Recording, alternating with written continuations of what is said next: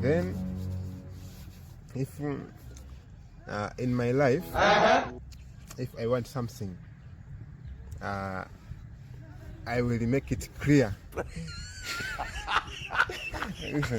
If I want something,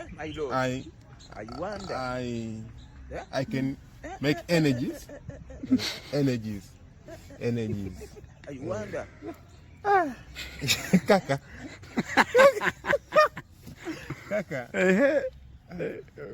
Vipi? Kwa hiyo unaonaje, bodaboda umeonewa huko sahihi?